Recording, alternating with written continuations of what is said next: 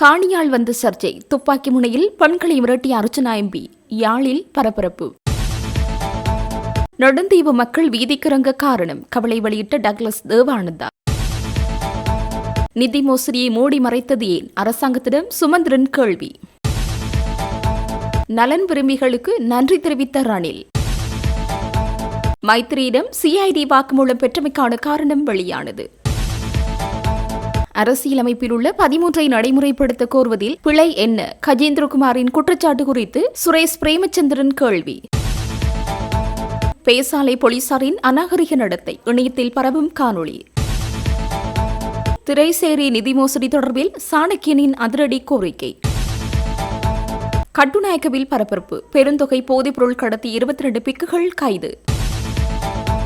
துப்பாக்கிச்சூடு நடத்தியவர் கைது. ட்ரம்ப் வெளியிட்ட அதிரடி தகவல். 2 வயது சிறுமியை பணத்திற்கு விற்ற தாயும் கள்ளக்காதலனும் கைது.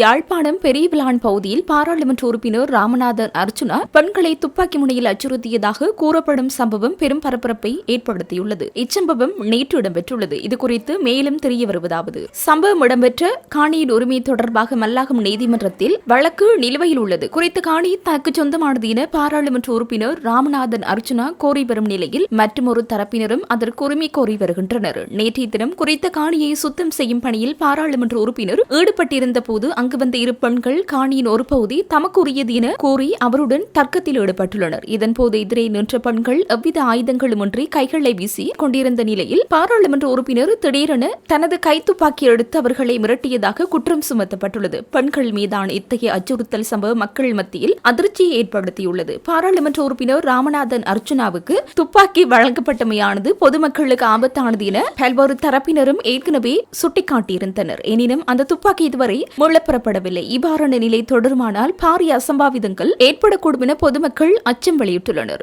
பாராளுமன்ற உறுப்பினர் அர்ச்சுனாவால் கொலை மிரட்டலுக்குள்ளான குடும்ப பெண்ணை எதிர்வரும் 29ஆம் தேதி வரை விளக்கமறியலில் வைக்குமாறு மல்லாகம் நீதிமன்ற நீதவான் உத்தரவிட்டுள்ளார். இதன்போது அவரது 1 வயது குழந்தையும் அவருடனே இருக்க நீதிமன்றம் அனுமதி வழங்கியுள்ளது. அந்த வகையில் விளக்கமறியலில் வைக்கப்பட்ட பெண்ணின் உறவினரான இளைஞர் ஒருவரும் அந்த இடத்திற்கு சென்ற நிலையில் அர்ச்சுனா எம்பி அந்த இளைஞனை காலால் அட்டி உதைத்ததாக அந்த இளைஞரின் உறவினர்கள் கூறுகின்றனர். இதன்போது சட்டத்தரணி கௌசல்யாவும் அந்த பெண்களுடன் வாக்குவாதத்தில் ஈடுபட்டதுடன் அவர்களை காணொளியும் பதிவு செய்துள்ளார். பின்னர் அர்ச்சுனா இளவாளி போலீஸ் நிலையத்தில் முறைப்பாடு செய்த நிலையில் குறித்த பெண்ணை கைது செய்த போலீசார் மல்லாகம் நீதிமன்றத்தில் அவரை இன்றைய தினம் முற்படுத்தினர். இவ்வாறான சூழ்நிலையிலேயே அவரை எதிர்வரும் 29ஆம் தேதி வரை விளக்கமறியலில் வைக்குமாறு நீதவான் உத்தரவிட்டார். இருப்பினும் பகிரங்க கொலை மிரட்டல் மற்றும் இளைஞரை தாக்கிய நாடாளுமன்ற உறுப்பினர் அர்ச்சுனா ராமநாதன் மீது இதுவரை எந்தவிதமான நடவடிக்கையும் எடுக்கவில்லை என தெரிவிக்கப்படுகின்றது.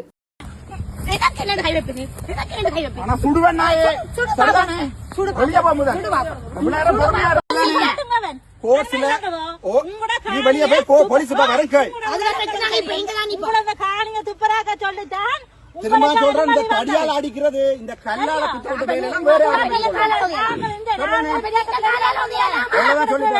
போலீஸுக்கும் அடிச்சு சொல்லி போடுறேன். நீங்க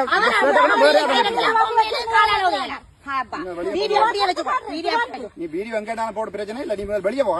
எங்களுக்கு வீடியோ போட தெரியாது. நாங்க கொடுக்க வேண்டிய இடத்துல கொடுப்போம். நீ காணியை விட்டு வெளியே போ மரியாதை.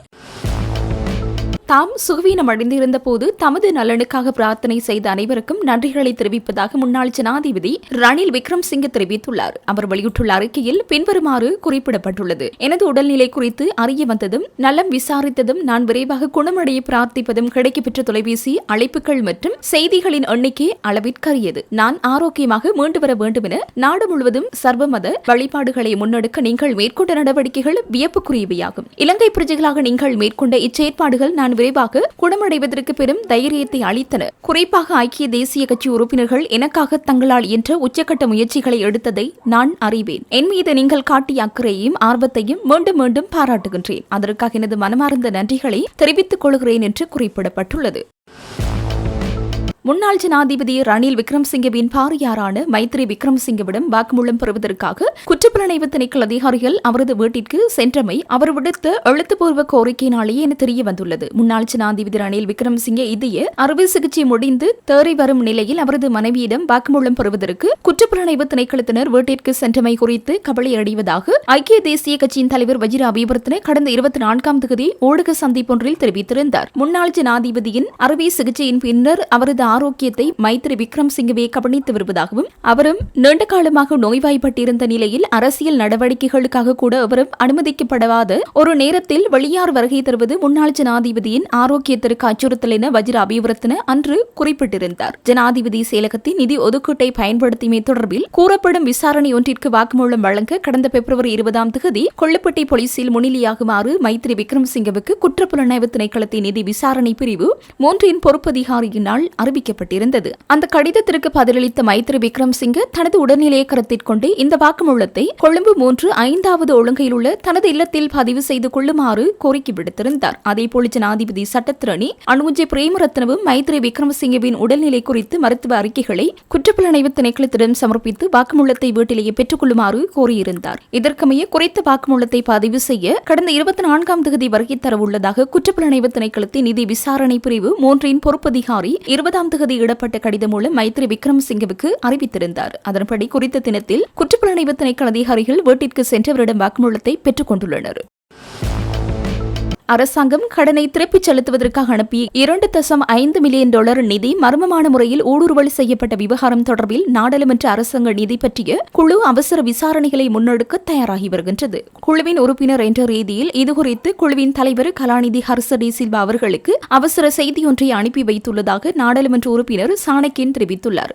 நிதி பொறுப்பை கையாளும் அதிகாரம் கொண்ட இந்த குழு உடனடியாக சம்பந்தப்பட்ட அதிகாரிகளை அழைத்து முழுமையான அறிக்கையொன்றை தயார் செய்ய வேண்டும் என்றும் கோரிக்கை விடுத்துள்ளார். இவ்விடயம் தொடர்பாக நிதிக்குழுவின் விசேட வாட்ஸ்அப் குழுவிலும் உறுப்பினர்களிடையே தீவிர கலந்துரையாடல்கள் இடம்பெற்று வருகின்றன. இந்த கலந்துரையாடலில் குறித்த ஊடுருவல் சம்பவம் கட்டாயமாக விசாரிக்கப்பட வேண்டிய ஒரு விடயம் என்பதை கலாநிதி ஹர்சடி சில்வா உறுதிப்படுத்தியுள்ளார். இருப்பினும் இது தொடர்பான உத்தியபூர்வமான இறுதி முடிவு அரசாங்க நிதி பற்றிய குழுவினால் இன்னும் எட்டப்படவில்லை என்பதும் குறிப்பிடத்தக்கது என நாடாளுமன்ற உறுப்பினர் சாணக்கியன் தெரிவித்துள்ளார். அரசாங்கம் ஏனைய தேர்தல் வாக்குறுதிகளை நிறைவேற்றாத போதிலும் ஊழலுக்கு எதிராக நடவடிக்கை எடுத்து வருகிறது என்று மக்கள் மத்தியில் நிலவிய நம்பிக்கை இப்போது தகர்ந்து வருவதாக விசனம் வெளியிட்டுள்ள இலங்கை தமிழரசு கட்சியின் பொதுச் செயலாளர் M.A. சுமந்திரன் $2.5 மில்லியன் நிதி மோசடி இடம்பெற்றிருப்பதனை கண்டறிந்ததுடன் அரசாங்கம் அதனை வெளிப்படுத்தாமல் மூடி மறைத்தது ஏன் என்று கேள்வி எழுப்பியுள்ளார். ஆஸ்திரேலிய அரசாங்கத்திற்கு திருப்பிச் செலுத்தப்பட்ட $2.5 மில்லியன் அரசு முறை கடன் நிதி 3ஆம் தரப்பினரால் திரைசேரியின் மின்னஞ்சல் கட்டமைப்பு தரவு மாற்றப்பட்டு கணனி ஊடுருவல் மூலம் மோசடி செய்யப்பட்டிருக்கும் சம்பவம் பல்வேறு சர்ச்சைகளை தோற்றுவித்துள்ளது. இதுகுறித்து கருத்துரைத்த சுமந்திரன் ஊழல் மோசடிகளை முடிவுக்கு கொண்டு வருவதாக வழங்கிய வாக்குறுதியை நம்பியே தற்போதைய அரசாங்கத்திற்கு பெரும் எண்ணிக்கையான மக்கள் வாக்களித்ததாக சுட்டிக்காட்டியதுடன் ஒரு வருடத்திற்குள் மாகாண சபை தேர்தலை நடத்துதல், புதிய அரசியலமைப்பு உருவாக்க பணிகளை ஆரம்பித்தல், பயங்கரவாத தடை சட்டத்தை நீக்குதல் என்பன உள்ளடங்களாக தேர்தலின் போது வழங்கிய வாக்குறுதிகளை அரசாங்கம் இன்னமும் நிறைவேற்றவில்லை. இருப்பினும் ஊழலுக்கு எதிராக நடவடிக்கைகள் முன்னெடுக்கப்படுகின்றன என்ற நம்பிக்கை ஓரளவு இருந்தது. ஆனால் இப்போது அந்த நம்பிக்கையும் தகர்த்தப்பட்டிருக்கிறது என விசனம் வெளியிட்டார். குறிப்பாக தேசிய மக்கள் சக்தி அமைச்சர்கள் சிலரின் சொத்து குவிப்பு விவகாரம் சர்ச்சைகளை ஏற்படுத்தியிருக்கிறது. வசந்த சமரசிங்க, மஹிந்த ஜெயசிங்க ஆகியோருக்கு எதிரான வழக்குகள் நிலுவையில் இருக்கின்றன. இப்போது அமைச்சர் லால்காந்தவின் சொத்துக்கள் பற்றிய விடயம் ஒன்று வெளிவந்திருக்கிறது. மறுபுறம் நிலக்கரி ஊழலும் பூதாகரமாக இருக்கின்றது. இவ்வாறானதொரு பின்னணியில் தற்போது திரைசேரியிலிருந்து நிதி களவாடப்பட்டிருப்பதாக கூறப்படுகிறது. அரசாங்கம் இதனை கண்டறிந்தவுடன் உரிய நேரத்தில் வெளிப்படுத்தாமல் மூடி மறைத்தது ஏன் என்ற கேள்வி எழுகிறது என்று சுமந்திரன் தெரிவித்தார். அதேபோன்று இங்கு முக்கிய விடயம் என்னவென்றால் திரைசேரியின் செயலாளர் ஒரு அரசியல்வாதியாவார். பிரதியமைச்சராக பதவி வகித்தவர் அப்பதவியை ராஜினாமா செய்துவிட்டு திரைசேரியின் செயலாளராக பதவியேற்றுக் கொண்டார். திரைசேரியின் செயலாளர் என்பது நிர்வாக கட்டமைப்பு சார்ந்த ஒரு பதவியாகும். அப்பதவிக்கு அரசியல்வாதி ஒருவர் நியமிக்கப்படக்கூடாது என அவர் வலியுறுத்தினார். அது மாத்திரமன்றி கடந்த காலத்தில் அரசியல்வாதியாக இருந்த அஜித் நிவாட் கப்ராலை மத்திய வங்கியின் ஆளுநராக நியமித்தமையே 2022 நாடு முகம் கொடுக்க நேர்ந்த தீவிர பொருளாதார நெருக்கடிக்கு முக்கிய காரணமாக அமைந்ததாக பலரும் சுட்டிக்காட்டியிருந்ததாக குறிப்பிட்ட சுமந்திரன் அதனை ஒத்த விதத்தில் இப்போது அரசியல்வாதி ஒருவரை திரைசேரியின் செயலாளராக நியமித்து மிக குறுகிய காலத்திலேயே பெருந்தொகை பணம் களவாடப்பட்டிருப்பதும் அதனை அரசாங்கம் மூடிமறைக்க முற்பட்டமையும் பெரும் குறைபாடுகளாகும் என்றார். நெடுந்தீவில் இடம்பெற்ற மக்கள் போராட்டம் குறித்து தாம் கவலையடைவதாக ஈழ மக்கள் ஜனநாயக கட்சியின் செயலாளர் நாயகமும் முன்னாள் அமைச்சருமான டக்ளஸ் தேவானந்தா தெரிவித்துள்ளார். தமது அத்தியாவசிய பிரச்சினைகளுக்கு தீர்வு கோரி நெடுந்தீவில் இடம்பெற்ற மக்கள் போராட்டம் குறித்து கருத்து தெரிவிக்கையிலேயே இவ்வாறு தெரிவித்துள்ளார். அவர் மேலும் தெரிவிக்கையில், வணக்கம். 90ஆம் ஆண்டுகளினுடைய ஆரம்பத்தில் தீவக பகுதிகள் அரச படையினரால் விடுவிக்கப்பட்ட பிறகு அன்றைய அரசாங்கம் சக தமிழ் கட்சிகளுக்கு அழைப்பு விடுத்திருந்தது மக்கள் பணியில் வந்து ஈடுபடுமாறு, மக்களுக்கு உதவுவதற்கு மக்கள் பணிகளில் வந்து ஈடுபடுமாறு கேட்டிருந்தார்கள். ஆனால் எந்த தமிழ் கட்சிகளும் அதுக்கு செவி சாய்க்கவில்லை என்றால் அவர்களுடைய சுயலாப அரசியல். அப்போ இந்த நிலைமையில் அதுக்கு பிறகுதான் அந்த கோரிக்கை எங்களுக்கு விடுக்கப்பட்டது. நாங்கள் மக்கள் நலன் சார்ந்து சிந்திக்கின்றபடியினால் நாங்கள் அந்த அழைப்பை ஏற்று தீவக பகுதிகளுக்கு போயிருந்தோம். தீவக பகுதிகளுக்கு போய் அந்த பிரதேச மக்கள், அதாவது விடுவிக்கிற நேரத்துக்கும் எங்களுக்கும் சம்பந்தம் இருக்க இல்லை, விடுவிக்கப்பட்ட பிறகுதான் நாங்கள் அந்த இடத்துக்கு போயிருந்தோம். நாங்கள் அப்போ அந்த நேரத்தில் அந்த மக்கள் எதிர்கொள்ளுகின்ற மருத்துவ பிரச்சனை, உணவு பிரச்சனை, கல்வி சம்பந்தப்பட்ட பிரச்சனை, குடிநீர், போக்குவரத்து, பண்டைக்கெல்லாம் யாழ்ப்பாணத்து பிரதான நிலப்பரப்போட தொடர்புகளற்ற நிலைமையில் தான் தீவக மக்கள் இருந்தவர். நாங்கள் அவர்களுக்கு கப்பல் மூலம் அல்லது விமானம் மூலம், கப்பல் மூலம் என்றால் திருவண்ணாமலைக்கும், விமானம் மூலம் என்று சொன்னால் அனுராதபுரம் அல்லது கொழும்புக்கு அவர்களை அழைத்து சென்று அங்கிருந்து யாழ் குடாநாட்டுக்கு அவர்கள் வந்து போயிருக்கின்றார்கள். அப்போ அந்த நேரத்தில் யாழ் குடாநாடு பிரபாகனுடைய கட்டுப்பாட்டில் இருந்தபடியினால் அந்த சிரமங்களை அந்த மக்கள் எதிர்கொண்டிருந்தார்கள். இப்போ அந்த நேரத்தில் தான் நினைக்கிறேன் 96ஆம் ஆண்டு நடுப்பகுதிக்கு பிறகு நெடுந்தீவை சேர்ந்த மக்கள், அப்போ அந்த நேரம் நெடுந்தீவு எந்த சந்தர்ப்பத்திலும் விடுவிக்கப்படவில்லை. அப்போ நெடுந்தீவு சேர்ந்த மக்கள் அந்த மக்களுடைய பிரதிநிதிகளாக அங்கே இருக்கக்கூடிய மூத்த தீவில் சந்தித்து கேட்டிருந்தார்கள். இப்படி தாங்கள் பட்டினியினுடைய விளிம்பில் இருக்கின்றோம், கடற்தொழில் படகுகளுக்கு கூடாக இந்தியாவுக்கு கூட சென்றிருக்கணும், போக முடியாதவர்கள் நாங்கள் பல பேர் இருக்கின்றோம், தாங்கள் பட்டினியினுடைய எல்லையில் இருக்கிறோம், தங்களை பாதுகாக்க சொல்லி. அந்த வகையில் தான் நாங்கள் நெடுந்தீவுக்கு சென்றிருந்த நாங்கள். அப்போ படையினர் வரை இல்லை, நாங்கள் தனித்து தான் சென்றிருந்த நாங்கள். பொதுவாக இந்த விடுவிப்பு நேரங்களில் அரசு படையினர் விடுவிக்க போயிருந்தால் கொஞ்சம் பேர் கொல்லப்பட்டிருப்பார்கள், கொஞ்சம் பேர் காயப்பட்டிருப்பார்கள், கொஞ்சம் பேர் கைது செய்யப்பட்டிருப்பார்கள். அதே போல தான் புலிகளும் அவ்வாறு விடுவிக்கிற நேரங்களில் இதுகளெல்லாம் நடந்திருக்கு. கொஞ்சம் பேர் கொல்லப்பட்டிருப்பார்கள், மாற்றுக் கட்சியை சேர்ந்தவர்கள் அல்லது மாற்று கொள்கையை உடையவர்கள் என்ற வகையில் கொல்லப்பட்டிருப்பார்கள், கைது செய்யப்பட்டிருப்பார்கள். அப்போ இதிலெல்லாம் நாங்கள் போய் என்னுடைய தலைமையில் போய் விடுவித்தபடியினால் இது ஒன்றும் நடக்க இல்லை. நாங்கள் அதை விடுவித்து பிறகு அந்த நேரத்தில் அன்றைக்கு ஜனாதிபதி பிரேமதாஸ் அவர்களோடு கலந்துரையாடி ஒரு கப்பல் நிரம்ப அத்தியாவசிய உணவுப் பொருட்கள், மருந்துகள் உட்பட நாங்கள் அதை தெரிவித்து அந்த மக்களுக்கு கொடுத்து அண்டையிலிருந்து அந்த நெடுந்தீவு எங்களுக்கு ஊடாக பல முன்னேற்றங்களை கண்டு வந்திருந்தது. என்ன பிரச்சனை என்றாலும், காய்ச்சல் என்றாலும் அல்லது அந்த மக்கள் எங்களைத்தான் தொடர்பு கொண்டு அதற்குரிய ஆலோசனையையும் அதுக்குரிய தீர்வுகளையும் பெற்றுக்கொண்டிருந்தார்கள்.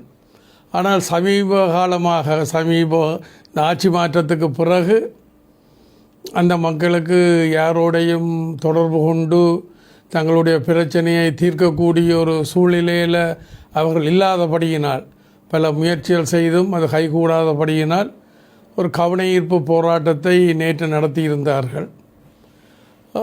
சமீபத்தில் கூட அந்த நெடுந்தீவு மக்கள் எதிர்கொள்ளுகின்ற பிரதான பிரச்சனைகளாக இருந்த குதிரைக்கான, கால்நடைகளுக்கான குடிநீர், நெடுந்தீவை சேர்ந்த எங்களுடைய உள்ளூராட்சி மன்ற பிரதிநிதிகள் நால்வர் போய் ஆளுநர் அவர்களை சந்தித்து அவர்களிடம் மக்களுக்கான குடிநீர், மற்ற கால்நடைகளுக்கான குடிநீர், அடுத்தது கடல் போக்குவரத்து, மற்றது வீதிகள் சம்பந்தமான இதுகளை நாங்கள் வெளிப்படுத்தியிருந்த நாங்கள். அப்போ ஆளுநரும் அதை கருத்தில் எடுத்து அதை தீர்ப்பதாக உறுதியளித்திருந்தார். நாங்கள் பொறுத்திருந்து தான் பார்க்க வேண்டும் என்ன நடக்கப் போகிறது என்றது. அதான் இந்த மக்களுக்கு தான் வெளிச்சம் கடந்த காலத்தில் சரியாக கையாளப்படவில்லையா இல்லையான்றது எங்களால் முடிஞ்ச அளவுக்கு நாங்கள் செய்திருக்கின்றோம்.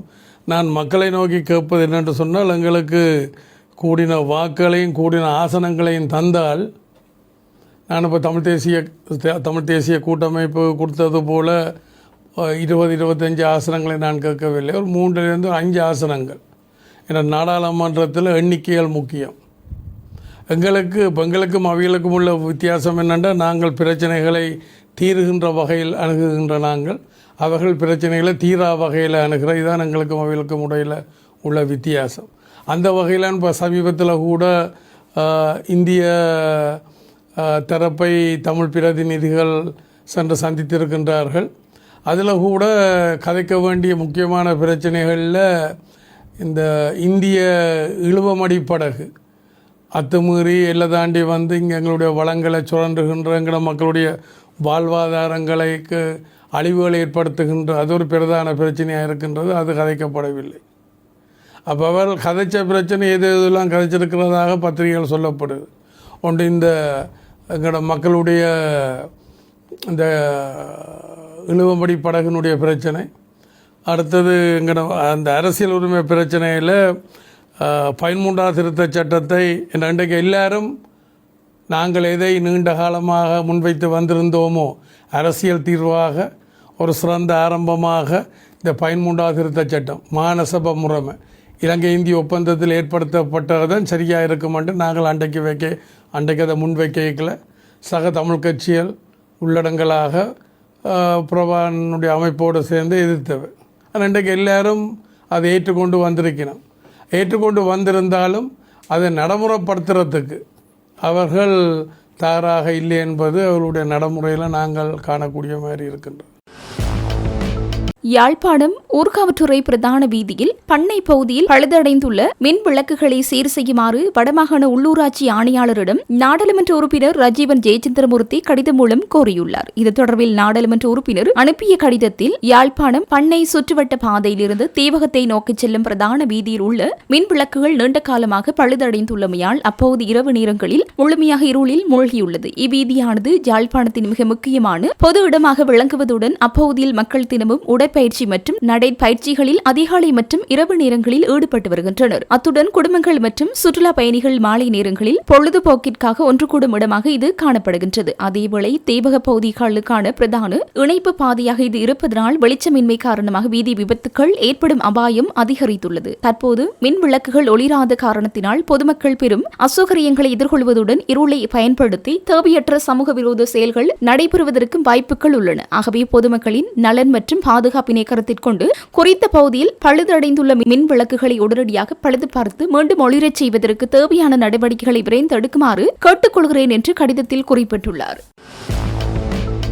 ரத்தினபுரி மாவட்டம் ககவத்தை நீலகாமம் தோட்ட தொழிலாளர் குடியிருப்பு மீது மேற்கொள்ளப்பட்ட மிலேச்சத்தனமான தாக்குதலை கண்டித்தும் மலையக மக்களின் பாதுகாப்பினை உறுதிப்படுத்த வலியுறுத்தியும் நேற்று வெளியிடப்பட்ட நீலகாமம் பிரகடனம் அரசியல் தலைவர்களிடம் உத்தியபூர்வமாக கையளிக்கப்பட்டது. சமூக செயற்பாட்டுக்கான இளைஞர் குழு ஏற்பாட்டில் ககவத்தை நீலகாமம் 1ஆம் இலக்க பிரிவு தோட்டத்தில் நேற்று இடம்பெற்ற திறந்தவெளி மக்கள் கலந்துரையாடல் நிகழ்வில் மலையக மக்கள் முன்னணியின் தலைவரும் பாராளுமன்ற உறுப்பினருமான மனோகணேசன், முன்னாள் பாராளுமன்ற உறுப்பினர் வடிவேல் சுரேஷ், அரசியல் மற்றும் சமூக செயற்பாட்டாளர்கள், ஊடகவியலாளர்கள் மற்றும் தோட்ட தொழிலாளர்கள் என பலரும் கலந்து கொண்டனர். இப்பிரகடனத்தில் குறிப்பிடப்பட்டுள்ளதாவது: கடந்த 2026 ஏப்ரல் 22ஆம் தேதி நீலகாமம் தோட்ட நிர்வாகத்தின் ஏற்பாட்டில் குண்டர்களால் மேற்கொள்ளப்பட்ட மிலேச்சத்தனமான தாக்குதலானது நாட்டின் பிரஜைகள் என்ற ரீதியில் நமது இருப்பை கேள்விக்குறியாக்கியுள்ளதுடன் இதனை நாம் வன்மையாக கண்டிக்கின்றோம். தோட்ட நிர்வாகங்களால் முன்னெடுக்கப்படும் இவ்வாறான தொழிலாளர் அடக்குமுறைகள் மற்றும் அராஜகங்களை இனிமேலும் தாங்கிக் கொள்ள முடியாது. தோட்ட தொழிலாளர்களையோ அல்லது பெருந்தோட்டங்களை சார்ந்திருப்பவர்களையோ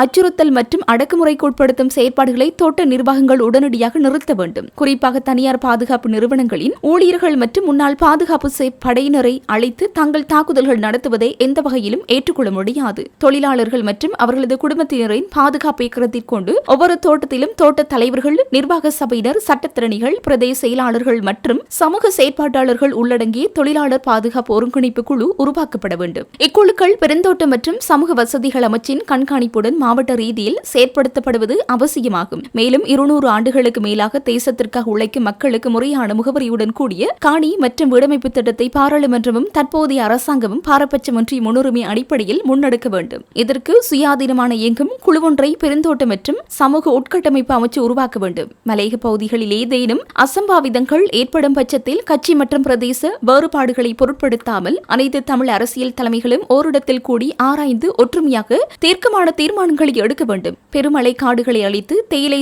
தேசங்களை உருவாக்கிய நாம் எமது மண்ணில் வாழும் உரிமையை பறிக்க யாருக்கும் அனுமதி வழங்கப் போவதில்லை. எமது உரிமைக்காகவும் வெற்றிக்காகவும் தொடர்ந்து போராடுவோம் என இப்பிரகடனத்தில் தெரிவிக்கப்பட்டுள்ளது. மாகாண சபை தேர்தல்களை விரைந்து நடத்துமாறு ஜனநாயக தமிழ் தேசிய கூட்டணி தொடர்ந்து பிரச்சாரம் செய்து வருவதாக கஜேந்திரகுமார் முன்வைத்திருக்கும் குற்றச்சாட்டு தொடர்பில் கடும் விசனம் வெளியிட்டுள்ள அக்கூட்டணியின் பேச்சாளர் சுரேஷ் பிரேமச்சந்திரன், நிச்சயமாக கொண்டுவரப்படும் எனும் உத்தரவாதம் இல்லாத புதிய அரசியலமைப்பில் உள்வாங்கப்பட வேண்டிய தமிழர்களுக்கான அரசியல் தீர்வு பற்றி பேசுகிறோம். அவ்வாறு இருக்கையில் ஏற்கனவே அரசியலமைப்பில் இருப்பதை நடைமுறைப்படுத்துமாறு கூறுவதில் என்ன பிழை இருக்கின்றது என கேள்வி எழுப்பியுள்ளார். இப்பிரச்சினைக்கான தீர்வு மற்றும் அரசியலமைப்பு உருவாக்கம் ஆகிய விவகாரங்களில் தமிழ் தேசிய அரசியல் கட்சிகளை ஒருமித்த நிலைப்பாட்டுக்கு கொண்டுவரும் நோக்கில் தமிழ் சட்டத்திறனிகள் பேரவையினால் கடந்த மார்ச் 2ஆம் தேதி மற்றும் இம்மாதம் 9ஆம் தேதிகளில் கொழும்பில் ஏற்பாடு செய்யப்பட்டிருந்த 2 சந்திப்புகளில் தமிழ் தேசிய கட்சிகளின் பிரதிநிதிகள் கலந்து கொண்டிருந்ததுடன் அவர்களில் இடையில் பொது இணக்கப்பாடுகளும் எட்டப்பட்டன. இருப்பினும் தமிழ் தேசிய பேரவையினால் கடந்த பிப்ரவரி 15ஆம் தேதி நடத்தப்பட்ட கூட்டத்தின் பிரகாரம் இனப்பிரச்சினைக்கான தீர்வாக தமிழர் தரப்பின் நிலைப்பாட்டினை கூட்டாக முன்வைப்பதற்கான தீர்வு திட்ட வரைவை தயாரிப்பதற்கும் அதனுடன் தொடர்புடைய செயற்பாடுகளை முன்னெடுத்துச் செல்வதற்கும் அரசியல் தலைவர்கள், சிவில் சமூக பிரதிநிதிகள் மற்றும் துறைசார் நிபுணர்கள் உள்பட 28 பேர் அடங்கிய ஈழத்தமிழர் அரசியலமைப்பு நிர்ணய பொதுச்சபை வழிநடத்தல் குழுவை நியமிப்பதற்கு தீர்மானிக்கப்பட்டிருப்பதாக குறிப்பிட்டு ஈழத்தமிழர் அரசியலமைப்பு நிர்ணய பொதுச்சபையின் ஒருங்கிணைப்பாளர் கலாநிதி தி. விக்னேஸ்வரனால் கடந்த 17ஆம் தேதி அறிக்கை ஒன்று வெளியிடப்பட்டது. அது மாத்திரமின்றி தமிழ் சட்டத்தரணிகள் பேரவையின் ஏற்பாட்டில் இடம்பெற்ற சந்திப்புகளின் போது சமஷ்டி அடிப்படையிலான தீர்வு குறித்து பேசுவதென இணக்கப்பாடு எட்டப்பட்டதன் பின்னரும் ஜனநாயக தமிழ் தேசிய கூட்டணியை பிரதிநிதித்துவப்படுத்தும் சுரேஷ் பிரேமச்சந்திரன் உள்ளிட்ட தரப்பினர் மாகாண சபை தேர்தல் விரைவாக நடத்தப்பட வேண்டியதன் அவசியத்தை வலியுறுத்தி வடக்கில் தொடர்ந்து பிரச்சாரங்களை முன்னெடுத்து வருவதாகவும் குற்றம் சாட்டினார். இக்குற்றச்சாட்டு தொடர்பை விளக்கமளித்த சுரேஷ் பிரேமச்சந்திரன், தமிழர்களுக்கான அரசியல் தீர்வு குறித்து ஏற்கனவே தயாரிக்கப்பட்ட பல்வேறு ஆவணங்கள் இருப்பதாகவும், எனவே புதிய அரசியலமைப்பு உருவாக்கத்தின் போதில் உள்வாங்கப்பட வேண்டிய தமிழர்களுக்கான அரசியல் தீர்வு என்ன என்பது பற்றிய ஆவணத்தை தயாரிப்பது அத்தனை கடினமான காரியமல்ல என்றும் சுட்டிக்காட்டினார். தமிழ் சட்டத்திறனிகள் பேரவையினால் ஏற்பாடு செய்யப்பட்டிருந்த முதலாவது கூட்டத்தின் போது அதனை செய்து முடிப்பதற்கு தயாராக இருப்பதாகவே கஜேந்திரகுமார் இணங்கினார். அதன் பின்னர் அண்மையில் நடைபெற்ற 2வது கூட்டத்திலும் அவரது கட்சியின் பிரதிநிதிகள் பங்கேற்றிருந்தனர். அவ்வாறு இருக்கையில் தற்போது அரசியல் தீர்வு குறித்தவர்கள் புரிதொரு குழுவாக தனித்து செயற்படுவதாக இருந்தால் தமிழ் சட்டத்திறனிகள் பேரவையின் கூட்டு முயற்சியில் தொடர்ந்து இணைந்திருப்பதா இல்லையா என்று அவர்கள் தான் தீர்மானிக்க வேண்டும் எனவும் சுரேஷ் பிரேமச்சந்திரன் தெரிவித்தார். அதேபோன்று 13வது திருத்தம் என்பது ஏற்கனவே அரசியலமைப்பில் இருக்கின்ற விடயமாகும். நாம் புதிய அரசியலமைப்பு ஒன்று உருவாக்கப்படும் என்ற எண்ணக்கருவின் அடிப்படையில் தீர்வு திட்டத்தை தயாரித்திருக்கின்றோம். ஆனால் புதிய அரசியலமைப்பு உருவாக்கப்படும் என்பதற்கான உத்தரவாதம் எதுவும் இல்லை. எனவே இதுவரை பேசப்படாத ஒரு புதிய அரசியலமைப்பில் நாம் தமிழர்களுக்கான தீர்வை முன்மொழிவது குறித்து ஆராய்கின்றோம். இன்னமும் கொண்டுவரப்படாத ஒன்றை பற்றி பேசும்போது ஏற்கனவே அரசியலமைப்பில் இருப்பதை நடைமுறைப்படுத்துமாறு கூறுவதில் என்ன பிழை இருக்கிறது என்றும் அவர் கேள்வி எழுப்பினார். மேலும் கடந்த 9ஆம் தேதி நடைபெற்ற சந்திப்பின் போது தமிழ் தேசிய மக்கள் முன்னணியின் சார்பில் கலந்து கொண்ட காண்டீபன் இவ்விடயம் தொடர்பில் கரிசனையை வெளியிட்டதாகவும், இருப்பினும் தமிழ் சட்டத்திறனிகள் பேரவையில் அங்கம் வகிக்கும் சட்டத்திறனிகள் உள்ளடங்கலாக சகலரும் அரசியலமைப்பில் உள்வாங்கப்பட்டிருக்கும் 13வது திருத்தம் குறித்து பேசக்கூடாது என்றும் சொல்ல முடியாது என கூறியதாகவும் சுரேஷ் பிரேமச்சந்திரன் விளக்கமளித்தார். கட்டுநாயக்க பண்டாரநாயக்க சர்வதேச விமான நிலையத்தில் 110 கோடி ரூபாய்க்கும் அதிக மதிப்புள்ள போதைப்பொருள் பறிமுதல் செய்யப்பட்டுள்ளதுடன் பௌத்த பிக்குகள் கைது செய்யப்பட்டுள்ளனர். போலீஸ் போதைப்பொருள் தடுப்பு பிரிவைச் சேர்ந்த அதிகாரிகள் நேற்றிரவு நடத்திய சோதனையின் போது இந்த கைது இடம்பெற்றுள்ளது. பாடசாலை பொருட்கள் மற்றும் பல வகையான இனிப்புகள் நிரப்பப்பட்ட போலி அடிப்பாகம் கொண்ட சூட்கேஸுக்குள் மறைத்து வைக்கப்பட்டிருந்த 110 கிலோகிராமுக்கும் அதிகமான குஷ் மற்றும் ஹஷிஷ் போதைப்பொருள் இவர்களிடம் கண்டுபிடிக்கப்பட்டதாக அதிகாரிகள் தெரிவித்தனர். ஒவ்வொரு பிக்குவும் தங்களது பயண பைகளில் 5 கிலோகிராமுக்கும் அதிகமான வகையான போதைப் பொருளை எடுத்து வந்ததாக தகவல்கள் தெரிவிக்கின்றன. அனுசரணையாளர் ஒருவர் ஏற்பாடு செய்ததாக கூறப்படும் விமான டிக்கெட்டுகளை பயன்படுத்தி இந்த குழுவினர் ஏப்ரல் 22 அன்று பாங்காக்கிற்கு பயணம் செய்ததையும் புலனாய்வாளர்கள் கண்டறிந்தனர். சந்தேக நபர்கள் வெளிநாட்டில் இருந்தபோது சாதாரண உடையில் இருந்த புகைப்படங்கள் மற்றும் வீடியோக்களை கைபேசி மூலம் கண்டறியப்பட்டுள்ளது. பண்டாரநாயக்க சர்வதேச விமான நிலையத்தின் வரலாற்றில் இதுவே மிகப்பெரிய போதைப்பொருள் வேட்டை என்றும் அங்கு துறவிகள் பெருமளவு போதைப் பொருட்களுடன் கைது செய்யப்பட்டதாக பதிவு செய்யப்பட்ட முதல் வழக்கு இது என்றும் விவரிக்கப்படுகிறது. நாட்டின் பல்வேறு பகுதிகளைச் சேர்ந்த பல்வேறு கல்வி நிறுவனங்களில் உயர்கல்வி பயிலும் இளம் துறவிகள் என கூறப்படும் சந்தேக நபர்கள் மேலதிக நடவடிக்கைகளுக்காக நீர்கொழும்பு நீதிவான் நீதிமன்றத்தில் ஆஜர்படுத்தப்பட உள்ளனர்.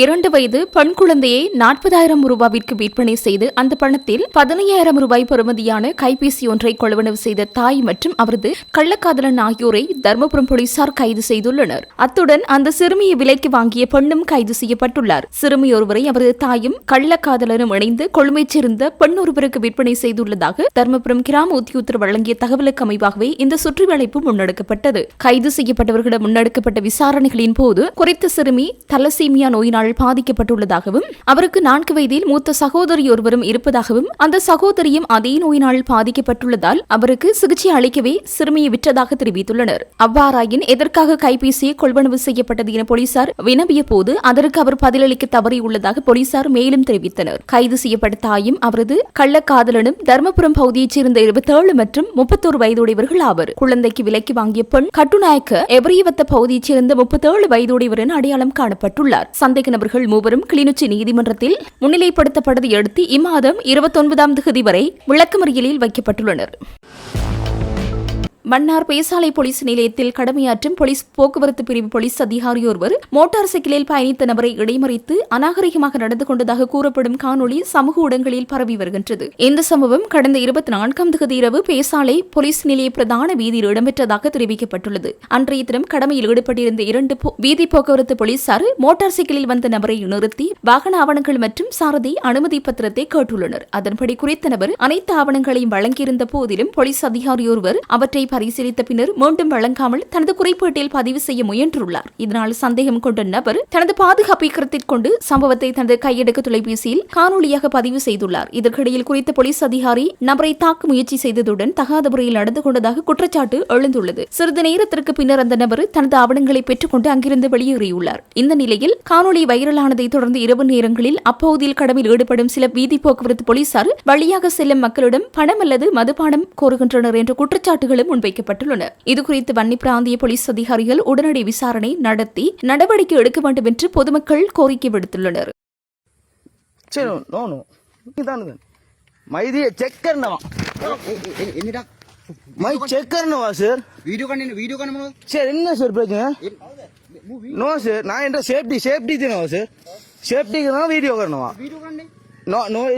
எல்லாம் டாக்குமெண்ட் இருக்கு, லைசன்ஸ் இருக்கு, ஹெல்மெட் இருக்கு, எல்லாம் இருக்கு. ஏதோ எழுதுறாங்க என்னன்னு தெரியல. நான் சேஃப்டிக்கு வீடியோ எடுக்கிறேன் சார். எல்லாமே இருக்கு, டாக்குமெண்ட்ஸ் இருக்கு, ஹெல்மெட் இருக்கு, எல்லாமே இருக்கு. சரி சரி சரி ஹரி ஹரி சரி சார். நான் என்ற மை சேஃப்டி செல்ஃப் சேஃப்டி. சரி சரி சரி சரி சரி செக் பண்ணவா? சரி ஓகே எழுதுங்க. சரி சரி நோ பிரச்சனை. சரி சரி சரி சரி ஹரி ஹரி சரி சார். மை செல்ஃப் சேஃப்டி என்ற சேஃப்டிக்கு நான் வீடியோ எடுக்கிறேன். நீங்க எழுதுங்க. தம்பி உங்களுக்கு முறுப்பேர் சொல்லுங்க.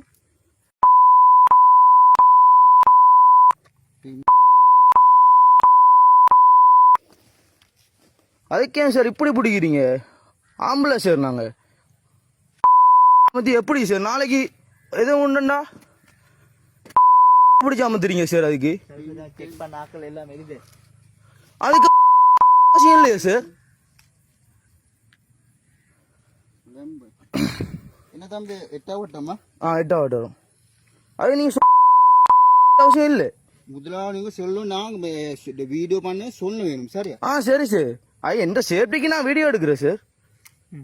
அதுக்கு நீங்க இப்படி பிடிக்க வேண்டிய அவசியம் இல்லை. நான் உங்களுக்கு சொல்றேன், இது செக் பண்ணிதான் நான் எழுதலாம். சரி சார். அதுக்கு ஏன் சார் இப்படி பிடிப்பானே? உயிர் நாடி சார். நாளைக்கு வேணும்னா நீங்களா சார் வந்து நிக்க போறீங்க? அது இல்லாட்டி ஆம்பளை இல்லை சார் நாங்க.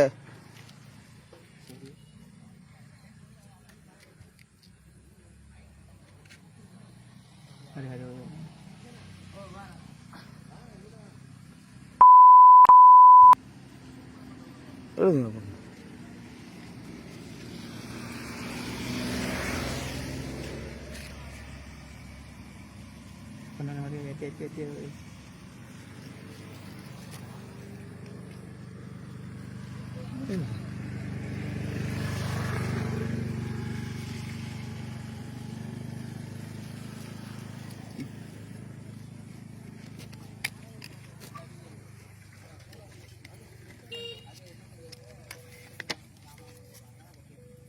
சரி தம்பி சரி ஓகே.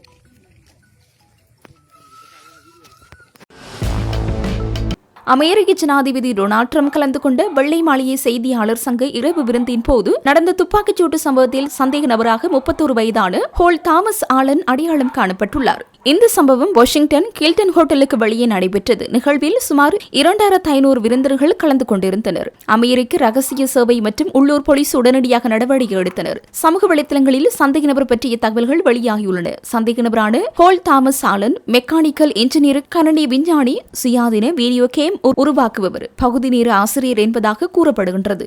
அவர் லாஸ் ஏஞ்சல் பகுதியில் வசிப்பதாகவும் தெரிவிக்கப்படுகின்றது. அவர் கலிபோர்னியா இன்ஸ்டிடியூட் ஆஃப் டெக்னாலஜியில் மெக்கானிக்கல் இன்ஜினியரிங் பட்டமும் பின்னர் கணனி அறிவியல் முதுநிலை பட்டமும் பெற்றதாக தகவல்கள் கூறுகின்றன. மேலும் அவர் நாசா ஜெட் ப்ரொபல்ஷன் லேபரட்டரியில் சமர் அண்டர் கிராஜுவேட் ரிசர்ச் ஃபெலோஷிப் திட்டத்தில் கலந்து கொண்டுள்ளார். பாதுகாப்பு சோதனை மையத்தை கடக்க முயன்ற போது ஆலன் பல ஆயுதங்களுடன் இருந்ததாக போலீசார் தெரிவித்தனர். அவரிடம் ஷாட்கன், கைத்துப்பாக்கி, பல கத்திகள் இருந்ததாக கூறப்படுகின்றது. பாதுகாப்பு அதிகாரிகள் அவரை தடுத்து நிறுத்திய போது துப்பாக்கிச்சூடு நடைபெற்றது. இதில் ஒரு சீக்ரெட் சர்வீஸ் அதிகாரி காயமடைந்தார். அவர் அணிந்திருந்த புல்லட் ப்ரூஃப் வெஸ்ட் காரணமாக உயிர் தப்பினார். வன்முறை குற்றத்தில் துப்பாக்கி பயன்படுத்தியது கூட்டாட்சி அதிகாரியை தாக்கியது என்ற குற்றச்சாட்டுகள் ஆலன் மீது பதிவு செய்யப்படும் என அமெரிக்க வழக்கறிஞர் தெரிவித்துள்ளார். கூட்டாட்சி தேர்தல் நிதிப்படிகளின்படி 2024ஆம் ஆண்டு ஜனாதிபதி தேர்தலில் கமலா ஹாரிஸை ஆதரிப்பதற்காக ஆலன் ஜனநாயக கட்சியின் அரசியல் நடவடிக்கை குழுவிற்கு $25 நன்கொடையாக வழங்கியுள்ளார். வாஷிங்டன் மேயர் மூரியல் பாஷர் மற்றும் போலீஸ் அதிகாரிகள் இந்த தாக்குதல் ஒரே நபரால்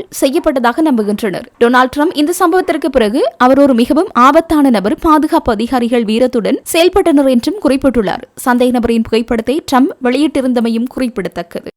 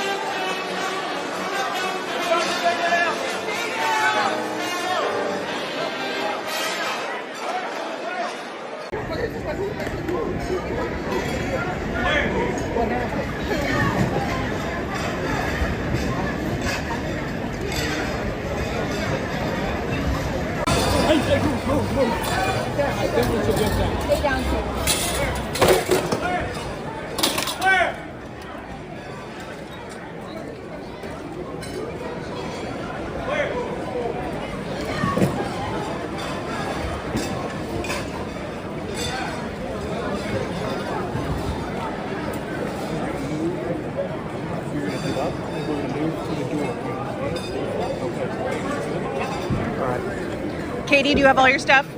I'm fine. So.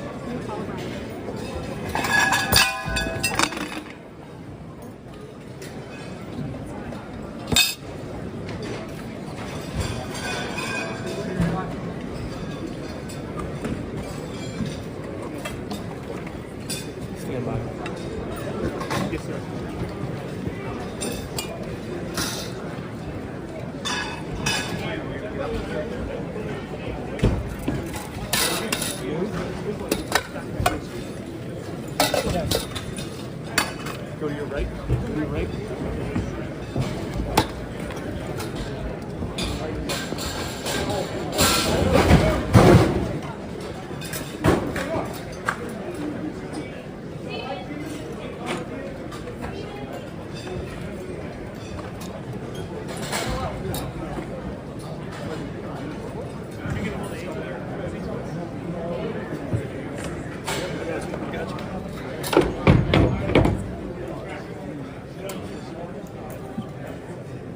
Push out back there. Yeah.